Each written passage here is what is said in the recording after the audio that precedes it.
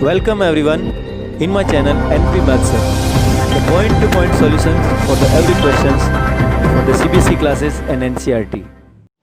आज का जो अपना टॉपिक है कक्षा 8 का दूसरा प्रश्नावली, वो है आपका एक चर में रेखिक समीकरण। ठीक है, पहले अच्छे से समझ लीजिए इस प्रश्नावली का जो ये पार्ट है आपका, इसका जो पॉइंट है उसमें कौन कौन से जो है वो पद हैं और इन पदों का क्या अर्थ है। नंबर 1 दे रखा है उसमें चर। चर का मतलब क्या होता है? ऐसी राशि जिसका मान परिवर्तित होता है। ऐसी राशि जिसका मान क्या होता है? मान परिवर्तित होता है। जैसे कि आपने कहा x बराबर 5, x बराबर 9, x बराबर -3 हो सकता है, x बराबर 0 हो सकता है। तो ये सभी राशियां, यहाँ हम x की जगह हम y भी ले सकते हैं, या हम z बराबर 9 भी कह सकते हैं। तो ये जितनी भी x, y, z, p, q, ये जितनी भी राशियां हैं, इन सबको हम क्या कहते हैं? चर कहते हैं। ऐसी राशियां जिनका मान क्या होता है? परिवर्तित होता है। अगर हम इसके उल्टी बात करें, अचर राशि यानी जिसका मान परिवर्तित नहीं होता, मान परिवर्तित नहीं होता। जैसे आपने कह दिया 0, 5, -3, जितनी भी सारी संख्याएं होती है अपनी, वो क्या होती है? अचर। और जिनका मान परिवर्तित होता है उसे क्या कहते हैं? चर। यहां तक आपको समझ में आ गया अच्छे से? दूसरा बेटा बात देखें अपन, रेखिक। इस रेखिक का क्या मतलब होता है? द्विघात का क्या मतलब होता है? देखो भाई, जो हमारा चर है, तो अपनी समीकरण में चर की जो अधिकतम घात है, चर की अधिकतम घात अगर 1 हो तो उसे रेखिक समीकरण कहते हैं। क्या कहते हैं? रेखिक समीकरण। अगर हमारे जो चर की घात है, चर की अधिकतम घात है, वो 1 की जगह कितनी हो जाए? 2 हो जाए, तो उसे बेटा द्विघात कहते हैं। क्या कहते हैं उसको? द्विघात। तो ये तो है आपकी रेखिक, और जब घात 2 हो जाती है तो वो क्या, कौन सी समीकरण बन जाती है? द्विघात समीकरण। इसी प्रकार से अगर हमारी जो चर की घात है वो कितनी हो जाए? 3, तो उसे कहते हैं त्रिघातीय समीकरण, या त्रिघात समीकरण भी कह सकते हैं। तो ये जो रेखिक शब्द आया है वो चर की घात। इसका मतलब ये हो गया कि आपको इस पूरी प्रश्नावली में ऐसे मिलने वाले हैं प्रश्न, x + 5 = 3, y - 9 = 2। क्योंकि इसमें जो x या y जो हमारा चर है उसकी घात कितनी आने वाली है? 1 आने वाली है। तभी तो इस प्रश्नावली का नाम क्या हुआ? दो चरों में रेखिक समीकरण। यहां तक आपको मुझे लगता है समझ में आ गया। फिर तीसरी बात बेटा इसमें देखिए, ये है समीकरण। अब तो ये तो आपको पता ही है, समीकरण का मतलब जो अपनी तुला होती है, बैलेंस करने वाली होती है। तो क्या होता है? इसका मतलब है यहाँ जो है बराबर का चिन्ह आएगा, और इधर जो साइड होती है उसे कहते हैं LHS, और इधर वाली साइड होती है उसे कहते हैं RHS, लेफ्ट हैंड साइड और राइट हैंड साइड। और अगर मैं हिंदी की बात करूं तो ये कहलाता है बायां पक्ष, और इधर कहलाता है दायां पक्ष। यानी कि बराबर का चिन्ह अगर नहीं आया तो याद रहे, जैसे कि एग्जांपल देता हूं आपको, ये x - 2 बेटा ये समीकरण नहीं है, इसको बहुपद कहते हैं। क्या कहते हैं? बहुपद कहते हैं। 9th क्लास में जाएंगे तब अपना सेकंड चैप्टर यही आएगा, तो अपन वहां पढ़ेंगे। तो ये है बहुपद। और जैसे ही इधर समीकरण में कुछ आ गया, 0 आ गया, 10 आ गया, कुछ भी आ गया, तब ये जाके क्या बन जाएगी? समीकरण बन जाएगी।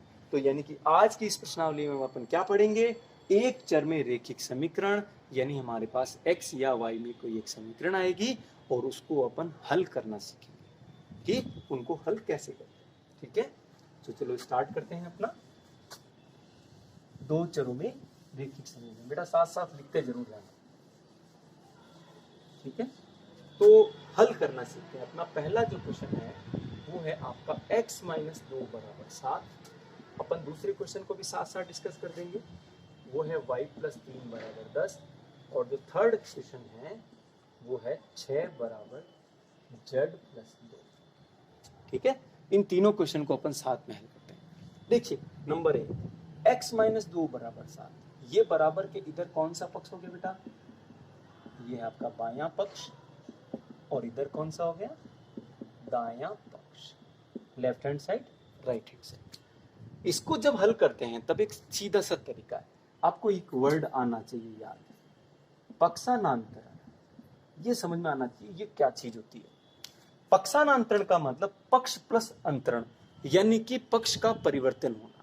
इसका मतलब क्या हो गया, किसी संख्या को जब आप बराबर से लेफ्ट साइड से राइट में भेजो या राइट से कहां बुला लो, उसको लेफ्ट में बुला लो, तो उसे कहते हैं पक्षानांतरण। तो याद रहे, जब हम प्लस वाली संख्या का पक्षानांतरण करते हैं तो वो माइनस हो जाएगा, माइनस वाली संख्या का पक्षानांतरण करेंगे तो प्लस हो जाएगा।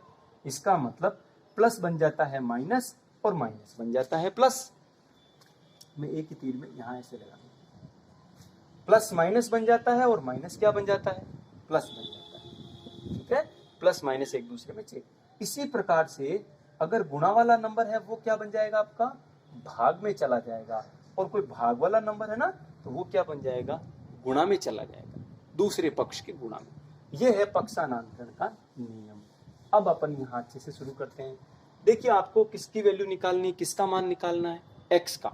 तो हम क्या करते हैं बेटा, चरों का पृथक्करण,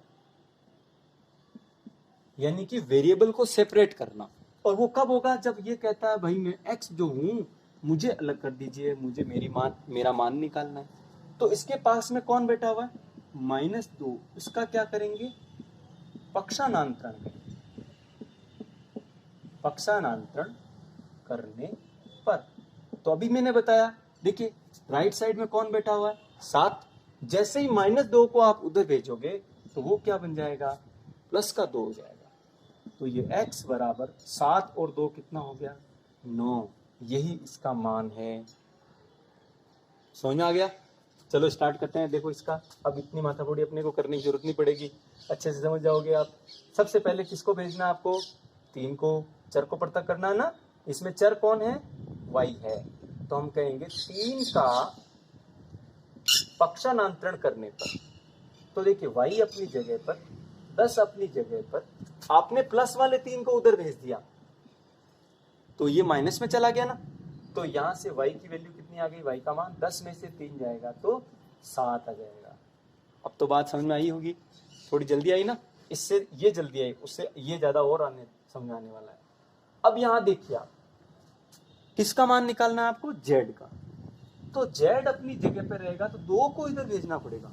अच्छा एक चीज सुनो, चाहे आप लेफ्ट साइड से राइट साइड में भेजो या राइट से कहां भेज दो, लेफ्ट में, कोई फर्क नहीं पड़ता।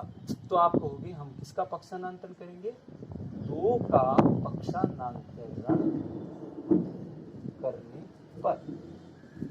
तो देखो 6 अपनी जगह पर है, बराबर के उधर कौन है, z। थोड़ा ध्यान देना भाई, जल्दबाजी में ये नहीं हो आप चिन्ह किसी का चेंज करना कर किसी का 2 उधर से आ रहा है, 2 कैसा है, प्लस का, वो इधर आएगा तो 2 माइनस हो जाएगा। आप 6 में माइनस मत लगा देना, 6 तो अपनी जगह बैठा हुआ है। वो कह रहा है मैं नहीं लूंगा भाई, मैं तो अपनी जगह हूं। तू उधर से आया तो तेरा सामान तू लेके आ, तो प्लस वाला है, पक्षानांतरण करते ही माइनस हो गया। तो ये z की वैल्यू 6 में से 2 जाएंगे तो कितने आ जाएंगे, 4। ये आ गया 4, किसका मान, z का। अब इसी के साथ साथ अपन सॉल्व कर लेते हैं चौथा सवाल। वो आपका 3/7 प्लस x बराबर 17/7। ठीक है बेटा। तो सीधा सीधा आपको क्या दिख रहा है, किसका मान निकालेंगे, x। तो किसका पक्षानांतरण करोगे आप, 3/7 का पक्षानांतरण करने पर क्या हुआ, ये x अपनी जगह पे ही है, 17/7 अपनी जगह पे ही है। देखो किसको भेजोगे आप, 3/7 को उधर, भाई तू उधर जा, तो ये 3/7 उधर गया।